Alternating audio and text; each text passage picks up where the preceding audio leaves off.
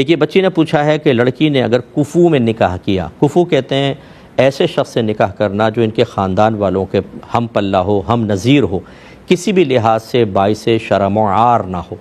یعنی ایک تو ہوتا ہے جیسے غیر مسلم تھا مسلمان ہوا، یہ بھی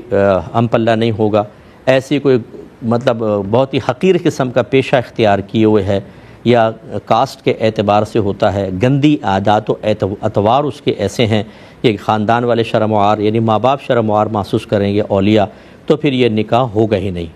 فقہ حنفی کی روشنی میں مفتبی قول یہی ہے۔ لیکن اگر ایک عاقلہ بالغہ لڑکی دو گواہوں کی موجودگی میں کفو کے ساتھ نکاح کرتی ہے، ہم پلہ کے ساتھ، تو فقہ حنفی کی روشنی میں نکاح بالکل درست ہے، ہو جائے گا۔ میں ترغیب نہیں دے رہا ہوں، بچیوں کو میں منع کرتا ہوں، آگے سر پکڑ کے رونے کی باری آتی ہے ایسے خفیہ نکاحوں کے اندر، لیکن بہرحال اس نے کر لیا ہے تو یہ نکاح بالکل ویلڈ ہے اور گھر والوں کو اس کو توڑنے کا اختیار حاصل نہیں ہے،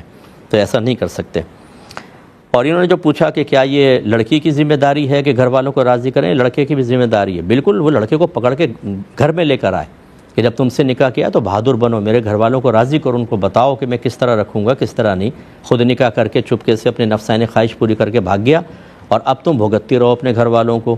ہو سکتا ہے یہاں ایسا نہ ہوا ہو، لیکن میں نے اکثر کیسز دیکھے، میرے پاس 50 کیسز آتے ہیں اسی طریقے سے۔ پہلے لڑکیوں کو جال میں پھنسا لیتے ہیں، اچھا لڑکیاں ویسے بڑی ڈیڑھ ہوشیار بنتی ہیں، ایسے موقعوں پر فوراً اپنے نفسانی خواہشات کے تابع یا تقاضۂ نفسانی کے تابع ہو کر نکاح کر لیتی ہیں، اور اس کے بعد لڑکے کا رویہ بدلنا شروع ہوتا ہے، پھر سر پکڑ کے بیٹھتی ہیں، نہ وہ ملا، گھر والوں کو الگ ناراض کیا، اور پوری زندگی ایک مختصر سی زندگی اللہ نے دی ہے جس کو اللہ کی اطاعت میں بسر کر کے اور جائز خواہشات کو پورا کر کے خوشگوار انداز سے گزارنا چاہیے، لیکن یہ مختصر سی زندگی جہنم بنا لی جاتی ہے، اور پھر یہ کبھی اس کو راضی، کبھی وہ ناراض، کبھی اس سے لڑنا، کبھی یہ مسئلہ حل کرنا، اسی کے اندر پوری جوانی نکل جاتی ہے، پھر بڈھے ہو جاتے ہیں، دھیڑ عمری ہو جاتی ہے اور مر گئے، نہ دنیا ملی نہ آخرت حاصل ہوئی۔ تو یہ اس طرح کی بیوقوفیاں ہمارے ہاں بہت زیادہ ہو رہی ہیں، اور اس کا بڑا سبب فلمیں ہیں اور ڈرامے ہیں، جن کے اندر زندگی کا مقصد یہ دکھایا جاتا ہے کہ لڑکا لڑکی کو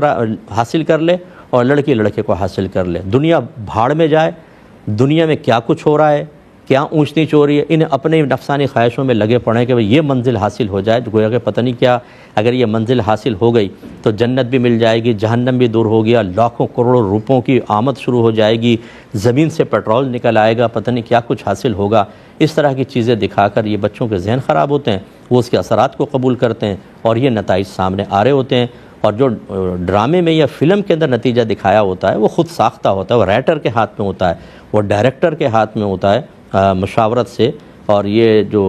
دنیاوی معاملات ہیں یہ کوئی کہانی نہیں ہوتی ہے، یہ حقیقت ہوتی ہے، اور اس تلخ حقیقت کا سامنا کرنا بہت مشکل ہوتا ہے۔ یہ کہتے ہیں کہ ہمارے یہاں کسی جگہ پر